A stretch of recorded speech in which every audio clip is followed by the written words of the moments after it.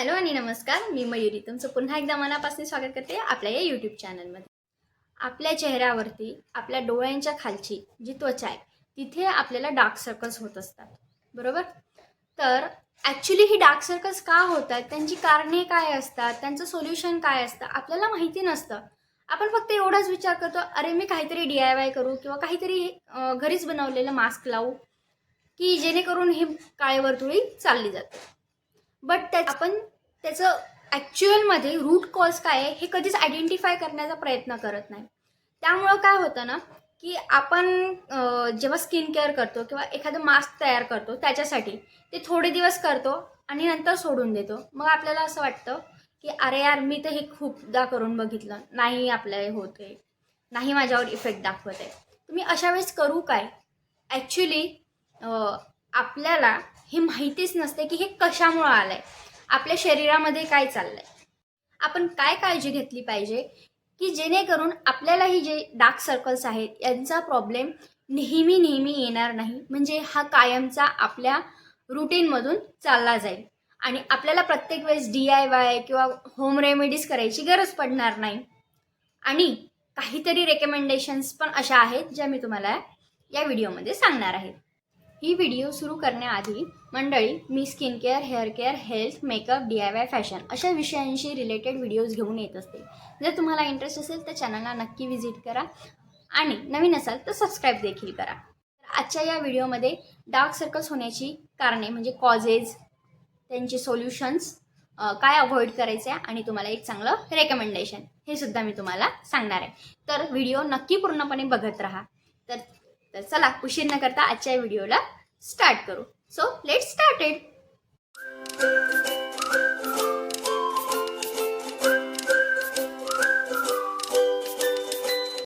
Dark circles होण्याचं एक कारण म्हणजे, मुख्य कारण म्हणजे आपली लाईफस्टाईल.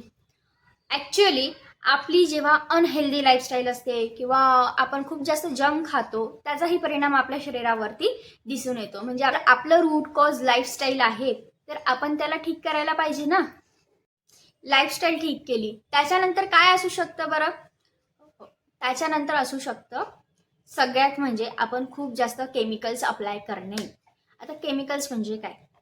खूप वेगवेगळ्या पद्धतीच्या वेगवेगळ्या ब्रँड्सचे क्रीम्स, वेगवेगळ्या ब्रँड्सचे प्रॉडक्ट्स हे यूज करणे आपल्या चेहऱ्यासाठी किंवा आपल्या स्किनसाठी हे सगळ्यात घातक असते. त्यामुळे 2-3 जे असे ब्रँड्स आहेत तुम्ही वापरले आहेत किंवा 10 ब्रँड्स वापरले आहेत, त्या 10 ब्रँड्सपैकी ॲटलिस्ट तुम्हाला 2-3 ब्रँड्स तर असाच असतील की जे आपल्याला खूप छान रिझल्ट्स प्रोव्हाइड करतात. तर ही गोष्ट नेहमी लक्षात ठेवायची की नेहमी नेहमी प्रॉडक्ट्स चेंज केल्याने, त्यांचे ब्रँड्स चेंज केल्याने, त्यांचे इन्ग्रेडियंट्स चेंज झाल्याने सुद्धा आपल्या चेहऱ्यावरती, आपल्या स्किनवरती परिणाम होतो. त्यानंतर सगळ्यात मोठा इश्यू असतो ते म्हणजे स्किन केअर व्यवस्थित करणे नाही, चेहरा व्यवस्थित साफ स्वच्छ ठेवणे नाही. त्यामुळं काय होतं, जी बाहेरची पोल्युशनमुळे डर्ट ॲक्युम्युलेटेड होते ना आपल्या स्किनवरती, तर ती तशीच्या तशीच राहते. स्लीपिंग इश्यू हा सुद्धा एक डार्क सर्कलसाठी येणारा सगळ्यात मोठा इश्यू आहे. काही लोक लवकर झोपत नाही, ते अक्षरशः 12, 1, 2, 3 अशा वाजता झोपतात.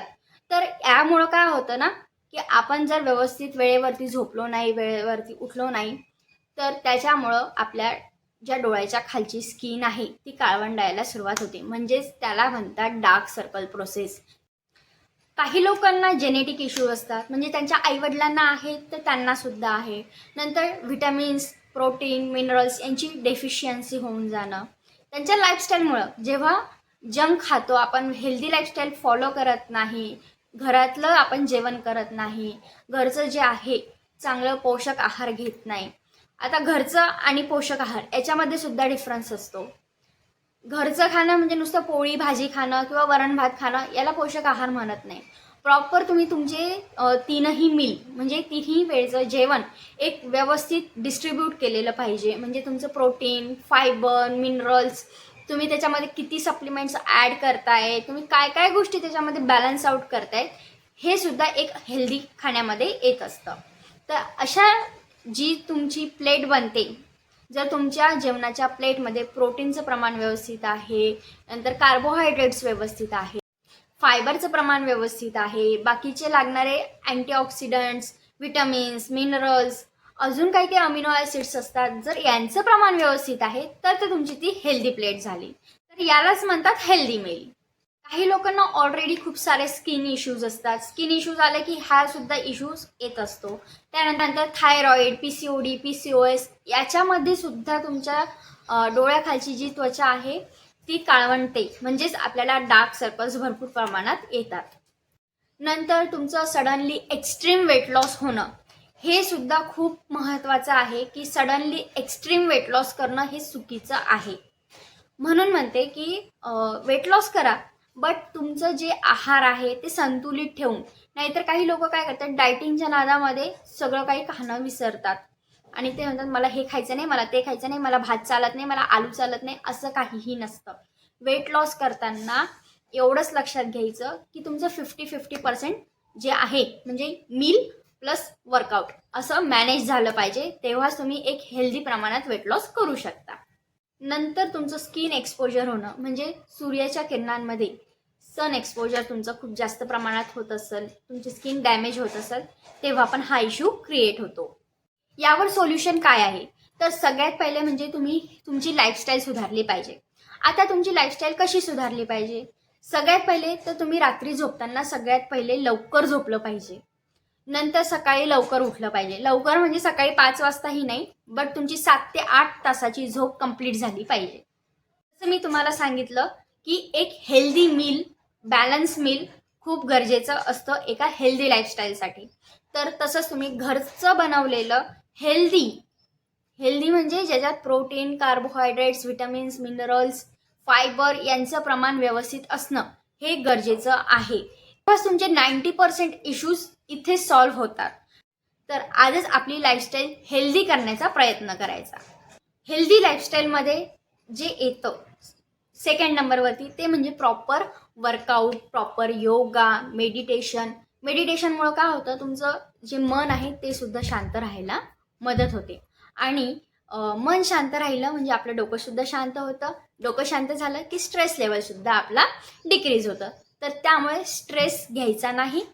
स्ट्रेस घेतल्यामुळे जे नुकसान तुम्हाला होतात ना ते दुसऱ्यांना होत नाही. त्यामुळे स्ट्रेस फ्री राहण्याचा नेहमी प्रयत्न करायचा. आजच्या या जगात, धावपळीच्या जगामध्ये सगळ्यांना स्ट्रेस आहे, बट स्ट्रेस मॅनेज करणं हे आपल्या हातात आहे. आपल्यासाठी कुणीही आपला स्ट्रेस मॅनेज करणार नाही, ते आपणच करायला पाहिजे.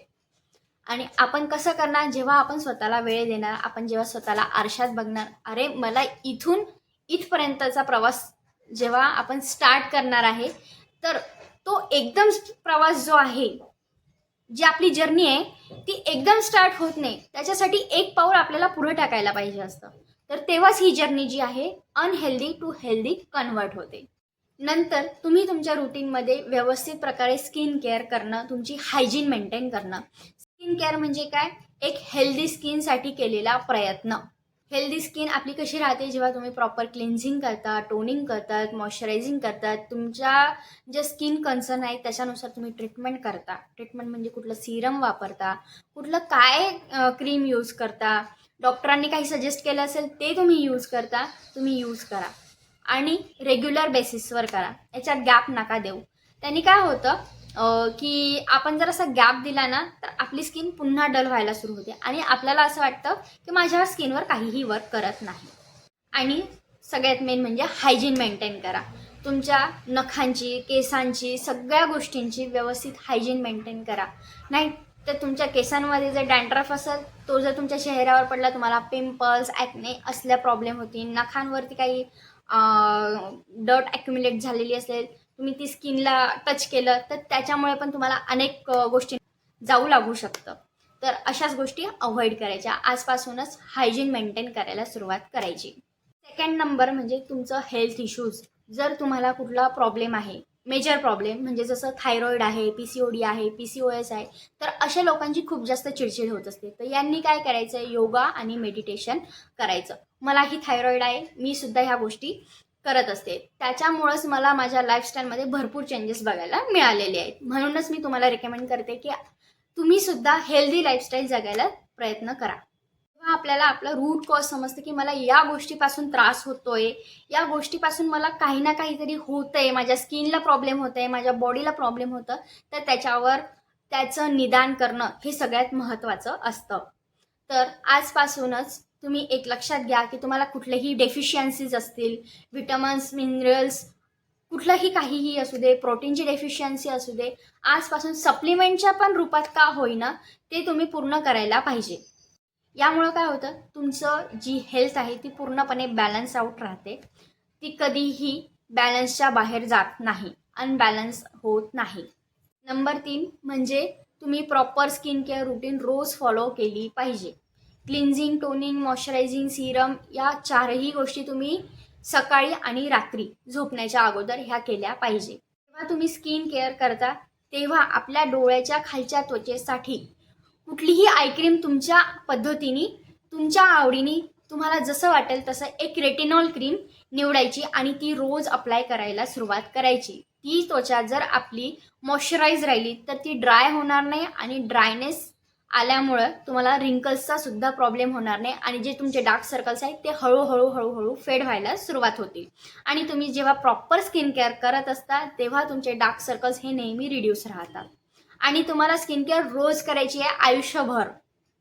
असं नाही की मी आज केलं आणि उद्या सोडून दिलं, असं अजिबात करायचं नाही. नाहीतर मग तुमचे जे कन्सर्न्स आहेत ते पुन्हा येतात.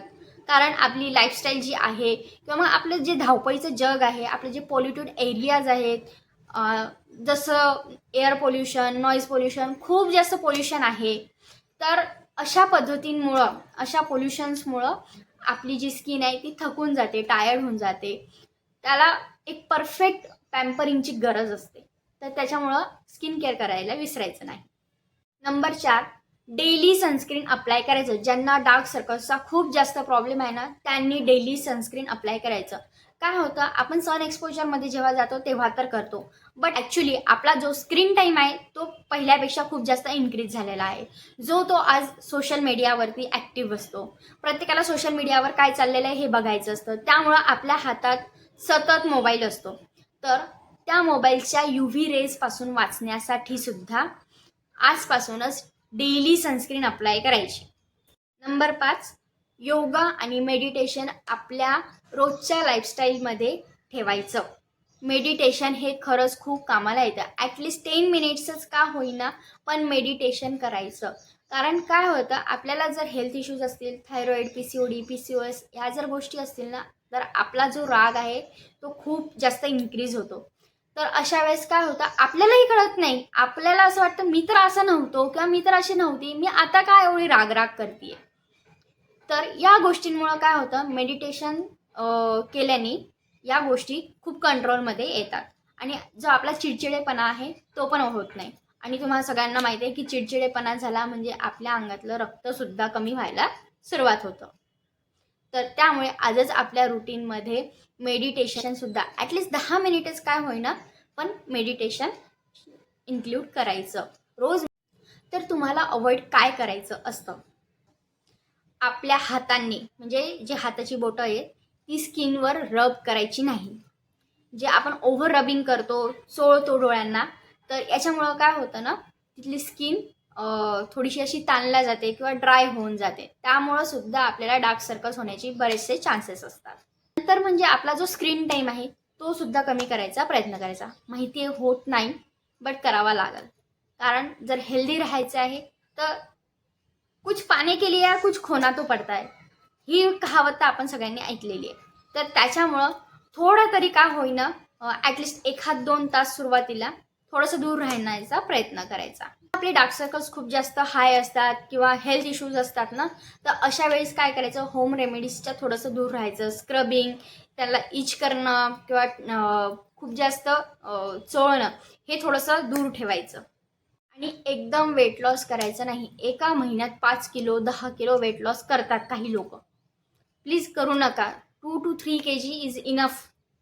जर एक्स्ट्रीम सडनली वेट लॉस झाला ना, बॉडीला सुद्धा कळत नाही, बॉडीला सुद्धा आपल्या खूप मोठा धक्का बसतो की हे काय चालू आहे आपल्यासोबत. तर त्यामुळे अशा चुका टाळा. रेकमेंडेशन्स, तर आजच्या या व्हिडिओमध्ये मी तुम्हाला एक चांगलं रेकमेंडेशन सांगणार आहे, जे की मी पर्सनली यूज केलेलं आहे. पर्सनली मला त्याचे रिझल्टसुद्धा भेटलेले आहेत आणि मी रोज स्किन केअरमध्ये ते यूजसुद्धा करते. तर असंच माझं फेवरेट आहे ही विश केअरची आय क्रीम. याच्यामध्ये व्हिटॅमिन सी, ई, नंतर रेटिनॉल, हायलोरॉनिक ॲसिड, जेणेकरून तुमची जी स्किन आहे ती ड्राय होणार नाही आणि त्याच्यावर रिंकल्स येणार नाही. नंतर आल्मंड मिल्क, कॅफिन आणि नियासिनामाइड या अशा परफेक्ट गोष्टींचा खूप छान ब्लेंड आहे. तर त्यामुळे मी तुम्हाला ही क्रीम सजेस्ट करणार. सो आय होप आजची व्हिडिओ तुम्हाला नक्की आवडली असेल तर लाईक करा, शेअर करा, कॉमेंट करा आणि नवीन असाल तर चॅनलला सबस्क्राईब देखील करा. आणि सबस्क्राईबच्या शेजारचं बेल आयकन प्रेस करायला विसरायचं नाही, जेणेकरून मी जेव्हा पण व्हिडिओज अपलोड करेल तेव्हापर्यंत नोटिफिकेशन्स येतील आणि तुम्ही माझी व्हिडिओ मिस करणार नाही. Thank you so much for watching this video. पुन्हा भेटू पुढच्या व्हिडिओमध्ये. तोपर्यंत bye, take care and lots of love.